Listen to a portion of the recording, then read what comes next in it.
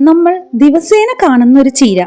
ഇത് കഴിച്ചു കഴിഞ്ഞാൽ രക്തക്കുറവും ദഹന പ്രശ്നങ്ങളും മാറുമെന്ന് നിങ്ങൾക്കറിയാമോ? ഇതാണ് എൻ്റെ വീട്ടിൽ ഞാൻ വളർത്തിയിരിക്കുന്ന ചായമൻസ ചീര. ഇതെന്റെ വീട്ടിൽ തന്നെ നല്ല ഹെൽത്തി ആയിട്ട് വളരുന്ന ചീരയാണ്. നോക്കിയേ എത്രത്തോളം ഹൈറ്റിലാണ് അത് പോയിരിക്കുന്നതെന്ന്. വളരെ എളുപ്പത്തിൽ വളർത്തിയെടുക്കാൻ പറ്റുന്ന ഒരു ഔഷധ ചെടിയാണ് കേട്ടോ ഇത്. ഇതിന്റെ തണ്ടൊന്ന് കട്ട് ചെയ്ത് നമുക്ക് നട്ട് വളർത്തിയെടുക്കാൻ പറ്റുന്നതാണ്. അധിക പരിചരണമൊന്നും ആവശ്യമില്ല. ആഴ്ചയിൽ 2 or 3 വട്ടമൊക്കെ നമ്മൾ വെള്ളം കൊടുത്താൽ മതി കേട്ടോ. അതേപോലെ തന്നെ നല്ല സൂര്യപ്രകാശം വേണമെന്നൊന്നുമില്ല. ചെറിയൊരു ഷെയ്ഡിലും ഇത് നന്നായിട്ട് തന്നെ വളർന്നു വരും കേട്ടോ. വീട്ടമ്മമാർക്ക് വളരെ ഉപകാരപ്പെട്ട ഒരു ചീര തന്നെയാണിത്. എൻ്റെ മകന് ഏറ്റവും ഇഷ്ടപ്പെട്ട ചീരയുമാണ്. ഞാൻ ഇത്രത്തോളം ഒന്നും വളർത്തി മേളിലേക്ക് കൊണ്ടുപോകാറില്ല. ഇടയ്ക്കൊന്ന് കട്ട് ചെയ്ത് കൊടുക്കുന്നതാണ് കേട്ടോ. കട്ട് ചെയ്ത് എടുക്കാറുണ്ട്.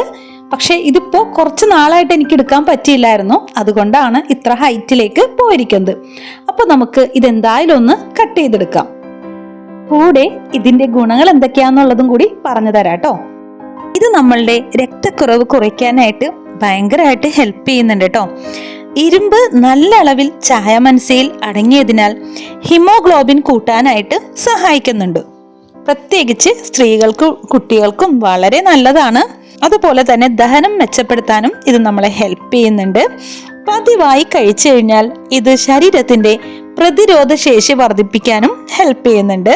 അത് കൂടാതെ മുടി വളർച്ചയ്ക്കും മുടി കൊഴിച്ചലിനും വളരെ നല്ലതാണ്. ഇതിൽ കാൽസ്യം അടങ്ങിയതിനാൽ എല്ലുകൾക്ക് ബലം നൽകും.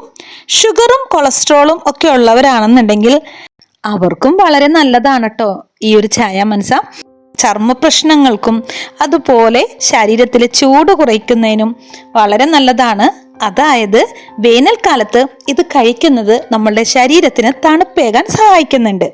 പ്രായമായവർക്കും കുട്ടികൾക്കും ഒരുപോലെ കഴിക്കാൻ പറ്റുന്ന ഒന്നാണ് കേട്ടോ ഈ ചായമൻസ ചീര എന്ന് പറയുന്നത്.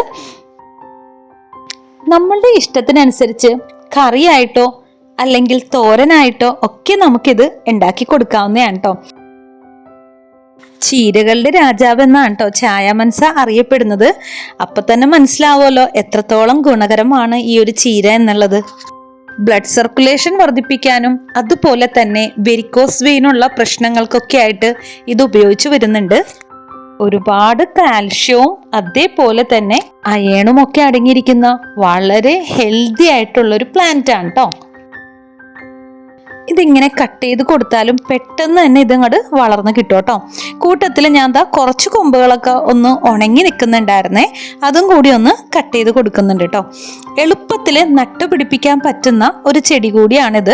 ഇതിൻ്റെ ഒരു നല്ലൊരു കമ്പ് എടുത്ത് നമ്മൾ നട്ടു കൊടുത്തു കഴിഞ്ഞാൽ പെട്ടെന്ന് തന്നെ പിടിച്ചു കിട്ടും. നമ്മൾ കപ്പയൊക്കെ നടില്ലേ അതേപോലെ തന്നെ.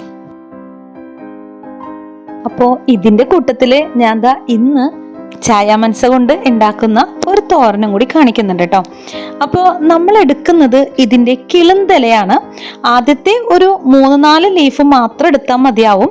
ഞാനിപ്പോൾ അത്യാവശ്യം കട്ട് ചെയ്ത് എടുത്തിട്ടുണ്ട് കേട്ടോ. അതെന്തിനാണ് കട്ട് ചെയ്തതെന്ന് വെച്ച് കഴിഞ്ഞാൽ ഞാൻ നേരത്തെ പറഞ്ഞല്ലോ നല്ലപോലെ ഹൈറ്റ് വെച്ച് പോയിട്ടുണ്ടായിരുന്നു കേട്ടോ. അപ്പം നമ്മളുടെ ആണെങ്കിലും വളരെ കുറച്ച് മണ്ണിലാണ് ഈ ഒരു പ്ലാന്റ് നിൽക്കുന്നത്. ഞാൻ അതുകൊണ്ട് തന്നെ അധികം ഹൈറ്റിലേക്ക് ചെടികൾ അങ്ങോട്ട് നിർത്താറില്ല. അപ്പോൾ അതുകൊണ്ട് തന്നെ അത്യാവശ്യം ലെങ്ത്തില് അതുകൊണ്ടാണ് കേട്ടോ ഞാൻ കട്ട് ചെയ്തത്. ഇത്രയും കട്ട് ചെയ്തെങ്കിലും നമ്മൾ ഇതിൽ നിന്നൊരു ആദ്യത്തെ ഒരു 3-4 ലീഫേ എടുക്കുന്നുള്ളൂ. കിളുന്തലകൾ നമുക്ക് കൈ കൊണ്ട് പെട്ടെന്ന് ഒടിച്ചെടുക്കാൻ പറ്റുന്ന ഇലകൾ മാത്രമാണ് കേട്ടോ എടുക്കുന്നത്.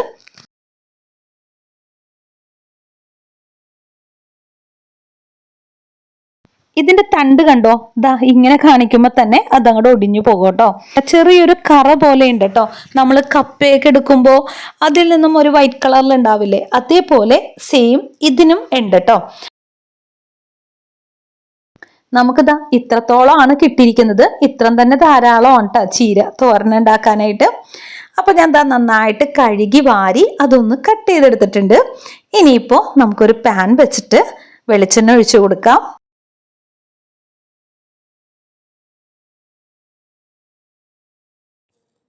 വെളിച്ചെണ്ണ ഒന്ന് ചൂടായി വരുമ്പോഴത്തേനും നമുക്ക് കടുകിട്ട് പൊട്ടിക്കാം. കൂടെ തന്നെ വെളുത്തുള്ളി ചതച്ചതാണ് ചേർത്ത് കൊടുക്കുന്നത്.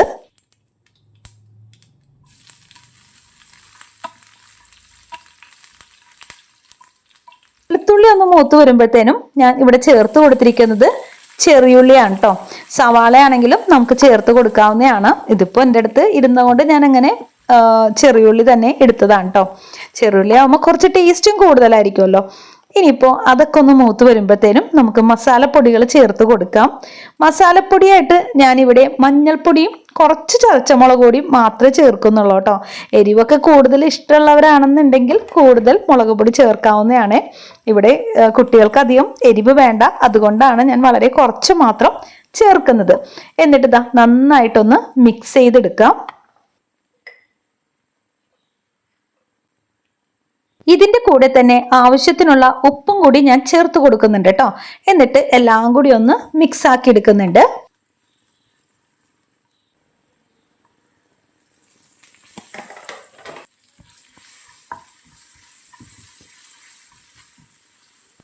വേപ്പിലയും കൂടി ചേർത്ത് കൊടുത്തതിന് ശേഷം നമുക്കിതാ ചീര ഒന്ന് ചേർത്ത് കൊടുക്കാം.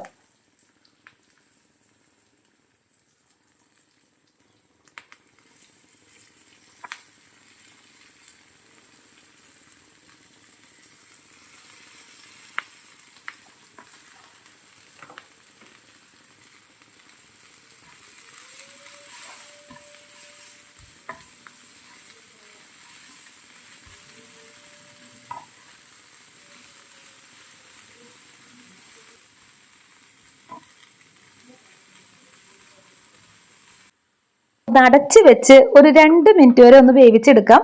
അതൊന്ന് മാറ്റി നോക്കുമ്പോൾ ചീരയൊക്കെ അത്യാവശ്യം നല്ലപോലെ വെന്ത് വരുന്നുണ്ട് കേട്ടോ. സാധാരണ ചീര വഴറ്റുന്ന പോലെയല്ല, കുറച്ചധികം സമയം ഞാനിത് വഴറ്റാറുണ്ട് കേട്ടോ. ഒരു 10 മിനിറ്റെങ്കിലും ലോ ഫ്ലെയിമിൽ ഞാൻ ഇടാറുണ്ട്. ഓൾറെഡി നമ്മൾ പറഞ്ഞല്ലോ ഇതിനൊരു കട്ടുള്ളതാണ്. അതായത് നമ്മളുടെ കപ്പയുടെയൊക്കെ പോലത്തെ ഒരു ചെറിയൊരു കട്ട് ഇതിനുണ്ട്. അപ്പൊ ആ ഒരു ഇതും കൂടി പോകാൻ വേണ്ടിയിട്ടാണ് ഞാൻ അത്ര നേരം ഇടുന്നത് കേട്ടോ. എന്നിട്ട് അടുത്ത് ചേർത്ത് കൊടുക്കുന്നത് മുട്ടയാണ് കേട്ടോ. ഇവിടെ ഞാൻ 2 മുട്ട എടുത്തിട്ടുണ്ട്. 2 മുട്ടയും ഇതേപോലെ ഒന്ന് പൊട്ടിച്ച് ചേർത്ത് കൊടുക്കാം. ഇത് നമ്മൾക്ക് ഇഷ്ടമുള്ള പോലെ ഉണ്ടാക്കാം കേട്ടോ.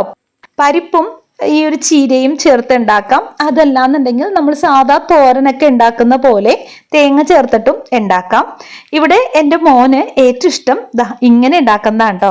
അതുകൊണ്ട് ഞാൻ എപ്പോഴും ഈ ഒരു മുട്ട ചിക്കിയിട്ടാണ് ഇത് ഉണ്ടാക്കാറ്.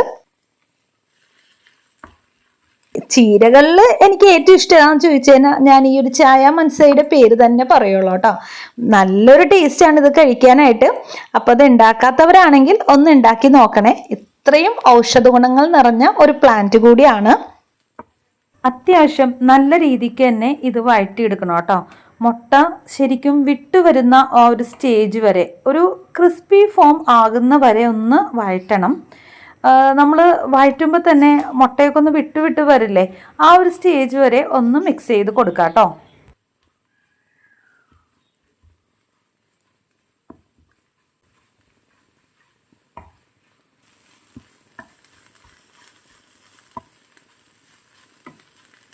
അപ്പോൾ നമ്മുടെ തോരൻ ഇവിടെ റെഡി ആയിട്ടുണ്ട്. അപ്പോൾ ഈ ഒരു കറി ഉണ്ടെന്നാണെങ്കിൽ ചോറിന് നമുക്ക് വേറെ കറിയൊന്നും വേണ്ട കേട്ടോ. പ്രത്യേകിച്ച് മുട്ട കൂടി ചേർത്തിരിക്കുന്നതുകൊണ്ട് ഈ ഒരൊറ്റ കറി മതിയാവും നമുക്ക് ചോറുണ്ണാനായിട്ട്. നിങ്ങൾക്ക് വീഡിയോ ഇഷ്ടമായി എന്നിരിക്കുന്നു. ഇഷ്ടപ്പെട്ടാൽ ഒന്ന് സപ്പോർട്ട് ചെയ്തേക്കണേ. മറ്റൊരു പുതിയ വീഡിയോ ആയിട്ട് വരുന്നവരെ താങ്ക് യു ഫോർ വാച്ചിങ്.